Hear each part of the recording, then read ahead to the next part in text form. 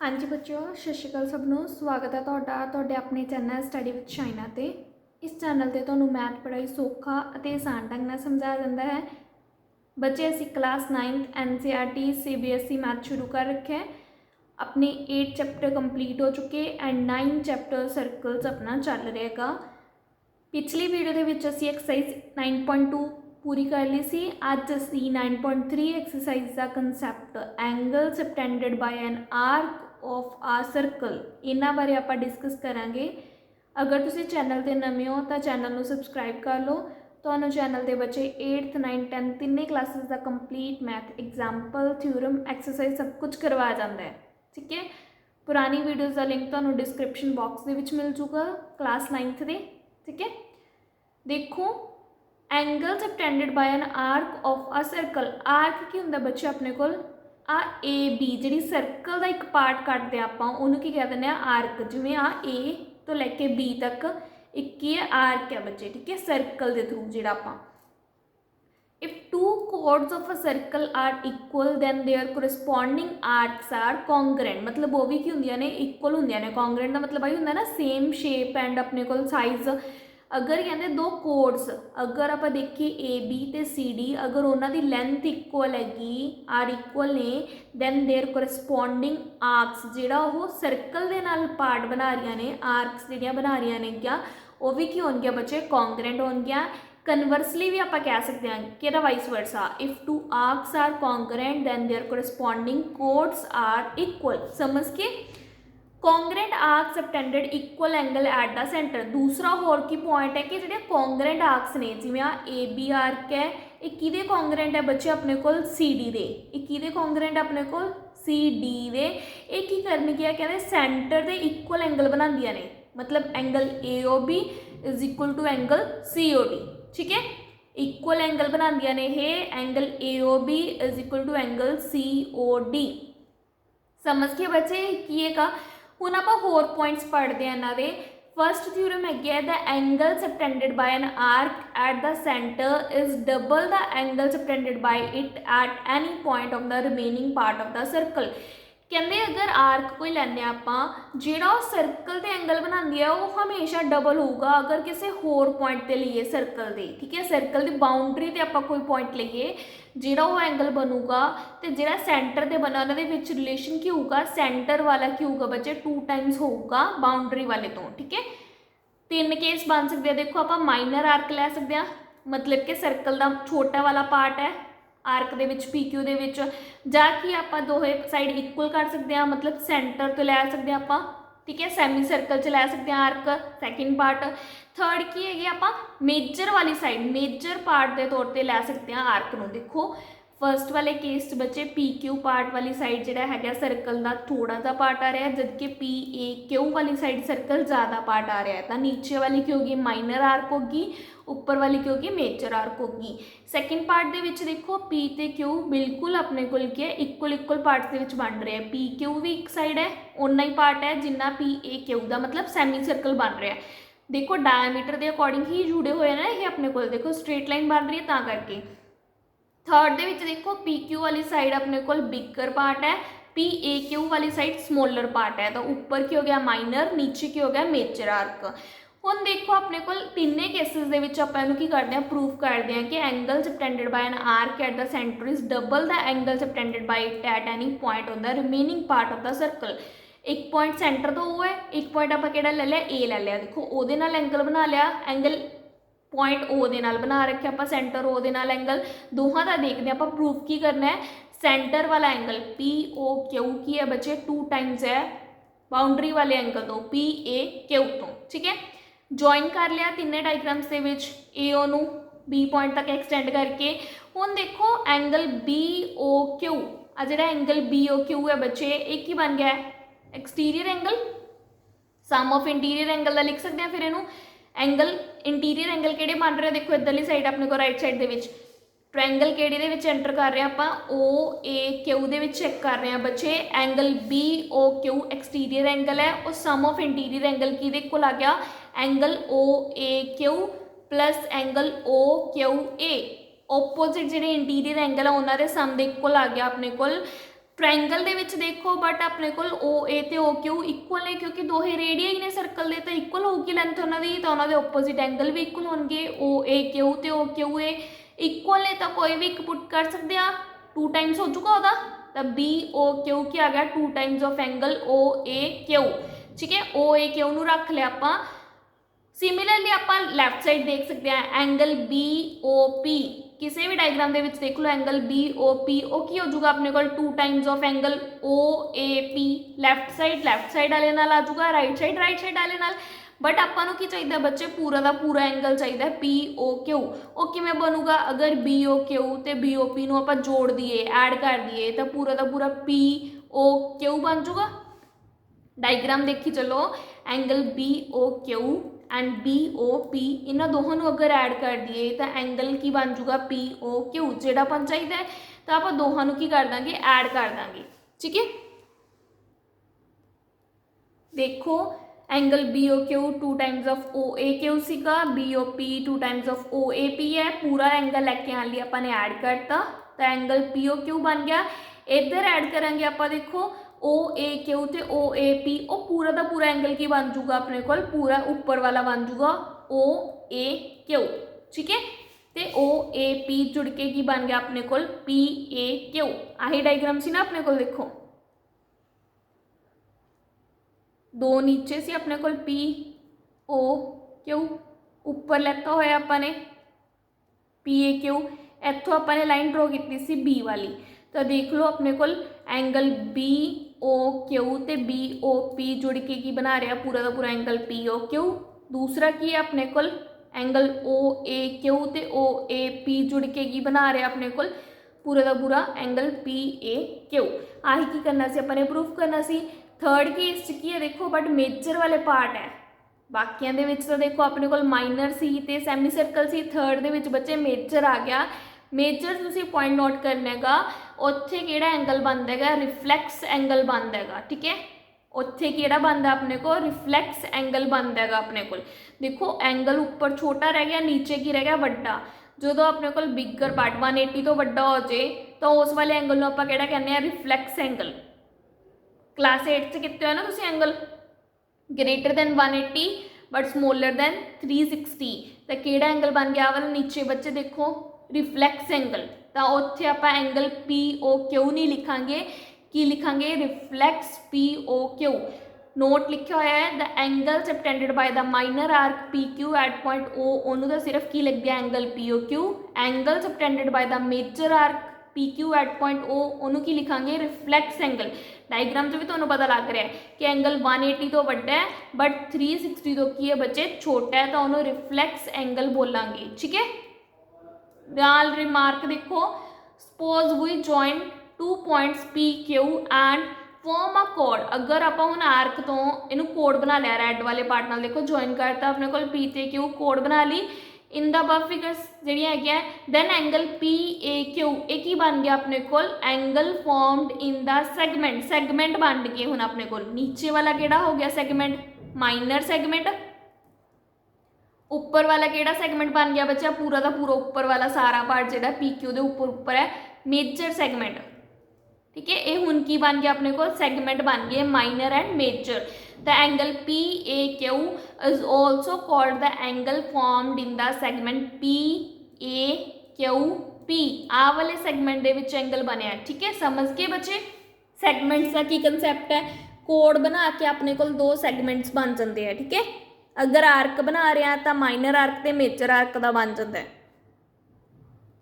Next देखो, कहते हुण अपने को A can be any point on the remaining part of a circle. A कोई पॉइंट सी ना अपने को remaining part of the circle दे। अगर कहते एक होर पॉइंट ले लिया आप सी, मैनी पॉइंट्स होंगे सर्कल दे, अगर एक होर पॉइंट ले लिया आप सर्कल दे, so if we take any other point C on a part of the circle, remaining part of the circle दे, then angle P O Q उसका भी की होगा बच्चे 2 टाइम्स होगा।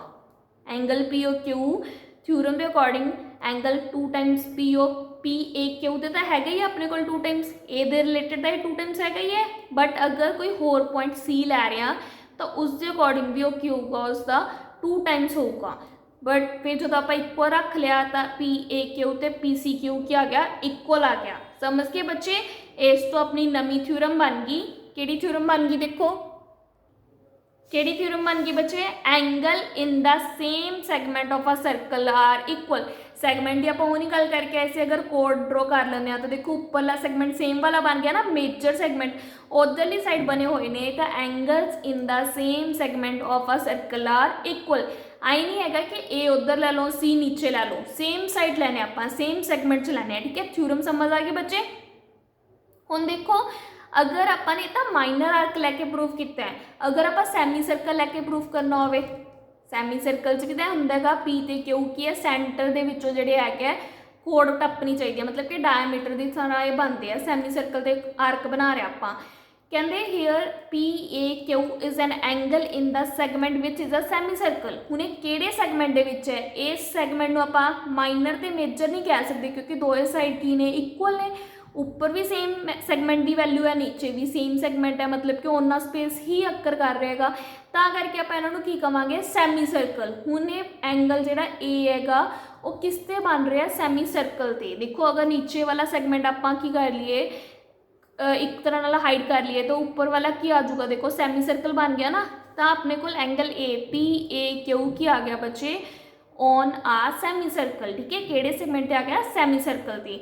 उही लावांगे आप फॉर्मूला का जिहड़ा अपन थ्योरम ने कहा कि पी ए क्यू की होगा हाफ होगा, क्योंकि अपने को सेंटर ते एंगल जिहड़ा है पी ओ क्यू और 2 टाइम्स है एंगल रिमेनिंग पार्ट ते, ठीक है। तो 2 इधर आके डिवाइड होके 1/2 बन गया। डायग्राम के देखो पी ओ क्यू एक स्ट्रेट लाइन बन रही है तो एंगल किन्ने का बनूगा 180 का, 2 नाल डिवाइड करके कितना बन गया 90 डिग्री। तो इतों एक होर अपने को थ्योरम बन गई कि angle in a semi circle is a right angle. हमेशा अगर एंगल सैमी सर्कल से बनाने तो किन्ने का बनूगा 90 डिग्री का। अगर कोई होर पॉइंट सी भी लै रहे हैं सैमी सर्कल से तो वही वैल्यू भी कितनी आऊगी 90 डिग्री, समझ गए। बट होना की चाहिए सैमी सर्कल। तो पहला तुसी आर्क नू चैक करोगे जी कोड बन रही है वो माइनर सैगमेंट च बन रही है, मेजर च बन रही है या सैमी सर्कल च बन रही है, ठीक है बच्चे। माइनर ते मेजर वाला कंसैप्ट आही है कि सेम सैगमेंट ते होने चाहिए, अगर दोहे माइनर च तो माइनर च होवे, अगर एक मेजर च तो दूसरा भी मेजर च होवे, ठीक है। माइनर ते मेजर तो हो गया, सैमी सर्कल च की है, सैमी सर्कल वाला कंसैप्ट लगूगा, उस फिक्स एंगल की वैल्यू बनूगी 90 डिग्री, समझ के बच्चे। नेक्स्ट थ्योरम देखो, if a line segment joining 2 points subtends equal angle at the 2 other points lying on the same side of a line containing the line segment।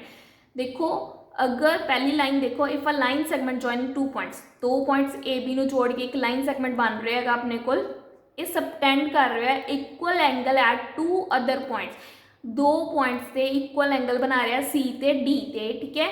Lying on the same side of the line containing the line segment के same side ते ने ये सी ते D ऊपर ने, ठीक है, same side ते द 4 पॉइंट्स जेडे 4 पॉइंट्स बन गए ए ते बी, एक तो लाइन सेगमेंट के 2 पॉइंट्स ने, दूसरा जिन्हों के एंगल बना रहा था A B C D, 4 points बन गए लाई ऑन द सर्कल। ये कितने लाई करने, सर्कल से लाई करने, that is they are concyclic, इको ही सर्कल के पॉइंट्स होंगे, ठीक है।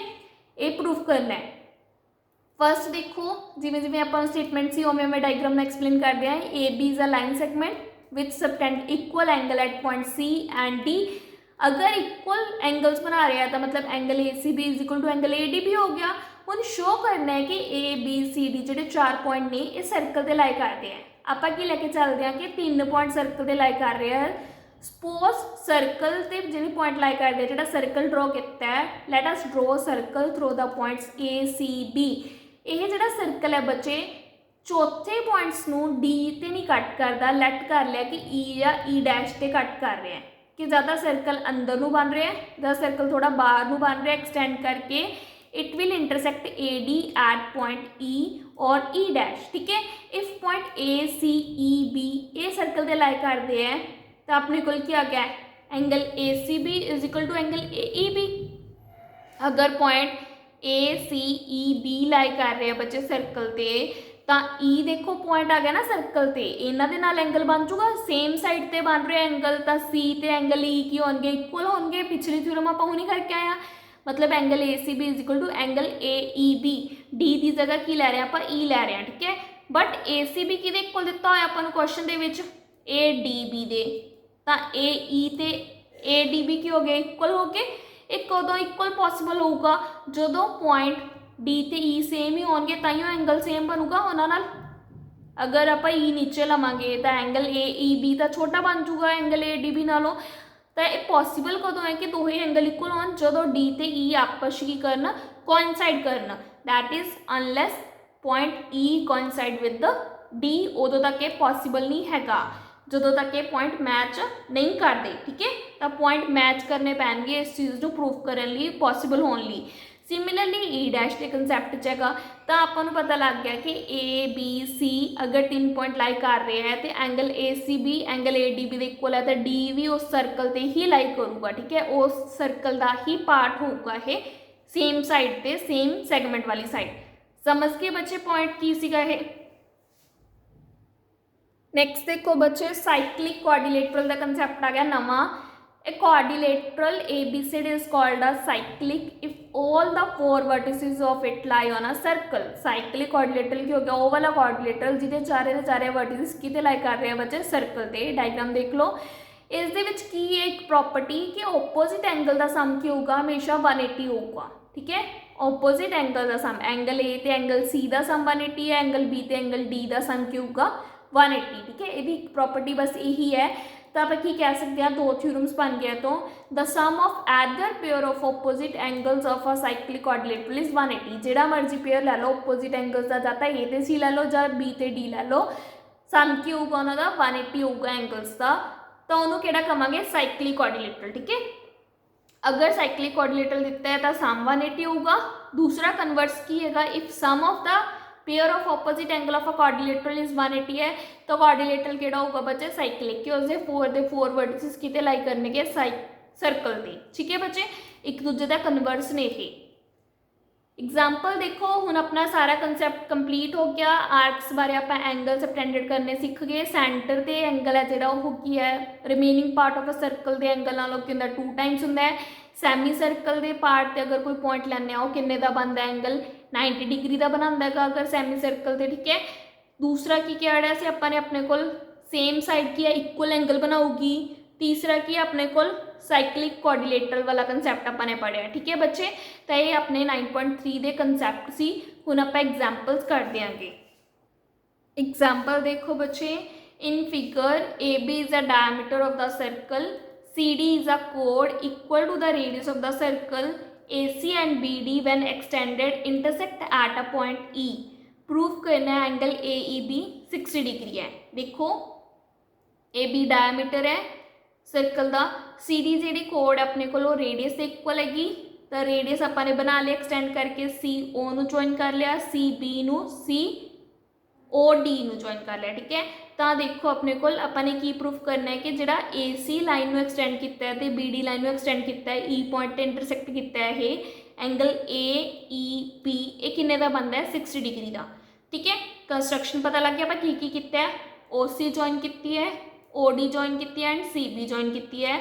ट्रायंगल OCD दे विच देखो तिन्ने साइड्स आपस इक्वल ने क्योंकि OC ते OD की ने radius of the circle and CD की है इक्वल है रेडियस ऑफ द सर्कल, इन्होंने गिवन किया है, ठीक है। CD is a chord equal to the radius of circle. तो तिन्ने साइड्स इक्वल हो गया। तो एक केड़ी ट्रायंगल होंदी है बच्चे इक्विलेटरल ट्रायंगल। इक्विलेटरल ट्रायंगल का हर एंगल किन्ने दा होंदा है 60 डिग्री का। एंगल COD कितना आ गया 60 डिग्री। कोड CD द्वारा एंगल सेंटर से बनाया वो किन्ने दा 60 डिग्री का। तो किसी होर पॉइंट से सर्कल के किसी रिमेनिंग पॉइंट से अपने को बनाएंगे एंगल तो की हो जाऊगा हाफ हो जाऊगा। फस्ट थ्योरम आप ही पढ़ी सी आर्क जी CD है वो सेंटर से कितना बना रही है 60 डिग्री। अगर किसी होर पॉइंट से बनाऊगी तो किन्ने का बनूगा अपने को हाफ बनूगा 30 डिग्री का। तो एंगल CBD अपने को सर्कल के रिमेनिंग पार्ट से अपने को तो कितना का आ गया अपने को half of angle COD 30 degree. Theorem के अकॉर्डिंग समझ के बच्चे। हुण देखो एंगल ACB AB की है डायमीटर, मतलब ये सर्कल नू 2 पार्ट्स के विच वंडदा है, सैमी सर्कल के विच वंड दिंदा अपने को। तो सैमी सर्कल से जो एंगल बनूगा किन्ने का बनूगा 90 डिग्री का। आप हुणी पढ़ के आया था एंगल ACB की वैल्यू कितनी आ गई 90 डिग्री। समझ के बच्चे देखो ट्रायंगल जी CEB बनी सी अपने को, आपां नूं ओहदे थोड़े थोड़े पार्ट पता लग गए। इधर वाला वैल्यू पता लग गई 90 डिग्री है, ए दे नाल ACB। आ वाला एंगल किन्ने दा पता लग गया 30 डिग्री का। आ वाला आपां ने पता करना है E एंगल। अगर आ वाला 90 डिग्री है ACB, तो BCEB किन्ने दा आ गया 90 डिग्री का, क्योंकि स्ट्रेट लाइन ही जा रही है अपने को, इनू ही एक्सटेंड किया होया ना अपने को।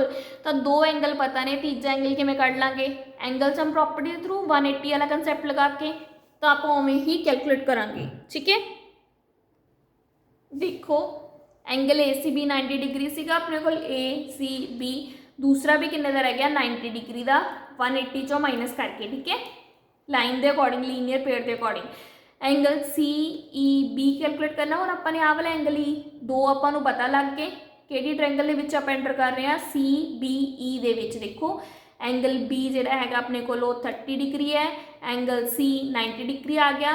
दूसरा जिहड़ा तीसरा एंगल रह गया वो 180 माइनस दोहे एंगल का सम की कर देंगे, माइनस करके किन्ने दा रह गया 60 डिग्री का। ठीक है, आही चीज़ की करनी सी आपां ने प्रूव। समझ के बच्चे, नेक्स्ट एग्जाम्पल देखो, in figure ABCD is a cyclic quadrilateral in which AC and BD are its diagonal. If angle DBC आ वाली वैल्यू देती तो 55 डिग्री एंड BAC आ वाली वैल्यू देती बच्चे अपने को 45 डिग्री। कैलकुलेट की करना है BCD, पूरा का पूरा एंगल BCD कैलकुलेट करना है। देखो CAD इज इक्वल टू क्या आ गया बच्चे CBD, क्योंकि आर्क CD द्वारा सेम साइड बनाया जा रहा है। आर्क CD दे सैगमेंट CD दे जिहड़ी कोड CD दे अपने को सेम सैगमेंट देने अपने को लैफ्ट साइड B ते A आपस इक्वल होंगे अपने को CAD ते CBD। ठीक है बच्चे, सेम ने अपने को वैल्यू सेम हो गया ना दी 55 डिग्री, क्योंकि थ्योरम पढ़ी है angle in the same segment are equal. ठीक है, सिमिलरली देखो BAD एक इक्वल बन रहा है अपने को angle BAC plus CAD। Angle BAD कि इक्वल बन रहा है बच्चे BAC प्लस CAD। ये चीज़ क्यों कर रहे हैं आपां ने BCD एंगल कढ़ना है। क्वाड्रिलेटरल साइकिल के जिहड़े अपने को ओपोजिट एंगल ने, साइक्लिक क्वाड्रिलेटरल के ओपोजिट एंगल ने, उन्होंने सम 180 होंगे। अगर आपां नूं एक पूरा एंगल पता लग गया ओपोजिट, दूसरा आपां 180 चों माइनस करके कैलकुलेट कर लांगे। आपां नूं हाफ पार्ट पता हैगा, आपां दूसरा हाफ पार्ट कैलकुलेट करने लई की कर लिया इक्वल कर लिया। तो देखो एक हाफ पार्ट की वैल्यू अपन दी हुई सी क्वेश्चन के 45 है, दूसरे की कितनी आ गया अपने को 55। इक्वल करके दोहां का सम करके एंगल कितना आ गया 100 डिग्री। एंगल BAD कितना आ गया बच्चे 100 डिग्री। साइक्लिक क्वाड्रिलेटरल का कंसेप्ट लगा लांगे, opposite angle of cyclic quadrilateral के अंदर सम 180, एक अपने को 100 है, दूसरा कितने का रह गया बच्चे 180 चो 100 माइनस करके 80 डिग्री का। समझ के क्वेश्चन किमें कर रहे हैं आप। ओपोजिट एंगल पता करने लिए आपने वो एक हाफ वैल्यू अपन क्वेश्चन गिवन सी, दूसरी नाल आप रिलेशन बना लिया। ठीक है, angle in the same segment वाला, तो अपने को सॉल्व हो गया क्वेश्चन। नेक्स्ट देखो, two circle intersect at 2 points A and B। दो सर्कल ने आपस में 2 पॉइंट ते कट कर दिए A एंड B ते। AD एंड AC बच्चे सेंटर दे विचों पास कर रहे हैं, सेंटर इधर है, सेंटर इत्थे है, तो ये दो एक ही बन गया अपने को, किहड़ियां कोड्स बन गया अपने को diameter of the two circle. ठीक है, AD एंड AC की ने डायमीटर ने to the two circles. Prove that point B lies on the line segment DC ते अपने को। ठीक है, प्रूफ करना आपने पहला की कर लिया, ज्वाइन कर लिया AB नू। एंगल ABD कितना आ गया अपने को 90 डिग्री, क्योंकि सैमी सर्कल की अपने को सैगमेंट ने बनाया एंगल सर्कल के पार्ट से, तो किन्ने का आ गया बच्चे 90 डिग्री। देखो डायग्राम में अड बना के दिखाई तुहानू, एंगल B कितना आ गया 90 डिग्री। सिमिलरली देखो इधरों सैमी सर्कल का सैगमेंट AC ओ वाला भी पॉइंट केड़ा बना रहा B, एंगल ABC ओदी वैल्यू भी कितनी आ गई 90 degree. Angle in semi circle दोहे दे दोहे रीजन वही सेम ने। हुण देखो अगर आप दोहे एंगल्स को जोड़ दें, एंगल ABD एंगल ABC कितना आ गया 180 बन गया। सम ऑफ एडजेसेंट एंगल का सम कितना आ गया 180 का। की बना रहा लीनियर पेयर। लीनियर पेयर कदों बनता होंगे एक स्ट्रेट लाइन पे, मतलब DBC is a line, that is B lies on the line segment CD। समझ के जेड़ा आप प्रूफ करना सीगा लीनियर पेयर वाला कंसैप्ट यूज करके आप इनू लाइन प्रूफ करता। नेक्स्ट एग्जाम्पल देखो, prove that quadrilateral formed by the internal angles bisector of any quadrilateral is cyclic। की करना है, एक quadrilateral लैके ਉਹਦੇ अगर एंगल बायसैक्टर लईए आपां बी दा BF ले लिया, ए दा AH ले लिया, D एंगल दा बायसैक्टर DH हो गया, C एंगल दा बायसैक्टर CF, इन्हां नूं अगर जॉइन करिए तो जिहड़ा छोटा जिहा क्वाड्रिलेटरल बनदा अंदर EFGH ये किहड़ा बनदा बच्चे साइक्लिक क्वाड्रिलेटरल बनदा है। ठीक है, ये प्रूफ करना आपां ने। तो ABCD क्वाड्रिलेटरल लगता है angle bisector AH BF CF DH of किहड़े किहड़े एंगल दे ने internal angle A B C and D respectively form आ क्वाड्रिलेटरल EFGH। ठीक है, प्रूफ की करना है साइक्लिक। साइक्लिक कदों प्रूफ होंदा है जो ओपोजिट एंगल का सम की प्रूफ कर देंगे 180 डिग्री। तो देखो बच्चे ये एक ओपोजिट एंगल किहड़ा ले लिया FEH आ बन रहा अपने को क्वाड्रिलेटरल FEGH। इधर वाला आप एंगल तो आ वाले दो ओपोजिट एंगल लैके देखते हैं।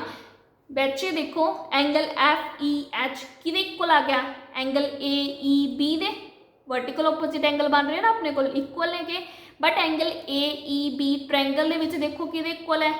बाकी दो एंगल्स नूं अगर 180 दे विचों माइनस कर दिए उन्होंने सामनों तो थर्ड एंगल आ जाऊगा ना अपने को। तो 180 minus angle 1 minus angle 2। Angle 1 नूं की लिख सकते हैं आप bisector of half of angle A क्योंकि AE की है बायसैक्टर है तो एंगल 1 की आ गया पूरे एंगल A दा हाफ। सिमिलरली एंगल 2 की आ गया पूरे एंगल B दा हाफ। तो लिख सकते हैं एंगल 1 नू half of angle A angle 2 नू half of angle B। Half common कर लिया माइनस कॉमन कर ली एंगल A प्लस B अंदर है क्या। ठीक है, सिमिलरली देखो हम इधर वाले एंगल का कंसैप्ट FGH वो कि इक्वल आ जाऊगा CGD दे। फिर आप इक्वल लिखांगे वो सारा करांगे ताकि करांगे अपने को सिमिलरली लिख सकते हैं FGH is equal to angle CGD वो कि इक्वल आ गया 180 degree minus half of angle D plus angle C। ठीक है, दो इक्वेशन समझ के पता किमें बनिया ने अपने को बच्चे। पहला वर्टिकल ओपोजिट एंगल लेते फिर वो वाले एंगल की वैल्यू ट्रायंगल दे देखो दो एंगल का सम माइनस कर देंगे 180 के विचों। वो दो एंगल्स की बन रहे हाफ ऑफ बन रहे हैं फुल एंगल्स का हाफ कॉमन कट के पूरे एंगल अंदर रखते ब्रैकेट के। दूसरी इक्वेशन सिमिलरली फर्स्ट नूं देख के बनाई आपाने। ठीक है, हुण इन्हां दोहां दा आपां की कर देंगे सम करके देखते हैं कि 180 बनता है कि नहीं। ताइयों साइक्लिक बनूगा ना क्योंकि ओपोजिट एंगल तो क्वाड्रिलेटरल है। अगर सम 180 बन गया तो किहड़ा क्वाड्रिलेटर बन जाऊगा साइक्लिक क्वाड्रिलेटरल। ठीक है, ऐड करता अपने 1 एंड 2 नूं angle FEH is equal to plus angle FGH sum कर रहे हैं दोहां का ओपोजिट एंगल का 180 degree minus half of angle A plus angle B AFEH की वैल्यू सी plus 180 degree minus half of angle C plus angle D की C angle FGH की 180 प्लस 180 360 हाफ कॉमन कर लिया A plus B plus C plus D आ गया। बचे 4 angles of a quadrilateral उन्होंने सम कितना होंदा 360 2 नाल डिवाइड करके कितना आ गया 180 360 चो 180 माइनस कितने 180 तो opposite angles of a quadrilateral का सम कितना आ गया 180। तो क्वाड्रिलेटरल EFGH इज साइक्लिक। समझ के थ्योरैटिकल कंसैप्ट है थ्योरम से अकॉर्डिंग चीज़ा ने अगर तुम समझोगे तो तुम्हें समझ आऊगा। ठीक है, एग्जाम्पल्स हो गया अपनिया। नैक्सट वीडियो के आप 9.3 एक्सरसाइज करांगे। होप सो तुहानूं अज की वीडियो पसंद आई होगी। अगर चंगी लगी तो लाइक सबसक्राइब शेयर करना ना भूलियो। चैनल को बच्चे सबसक्राइब करके रख लो। तो इतने तीनों क्लासेस 8 9 10 तक कंप्लीट मैथ करवाया जाएगा। तो तुहाडे एग्जाम्स आने वाले हैं अपना सिलेबस कवर कर लो। ठीक है बच्चे, अगर तुहानूं किसी भी टॉपिक के डाउट है तो तुसीं कमेंट करके पूछ सकते हो। Thank you.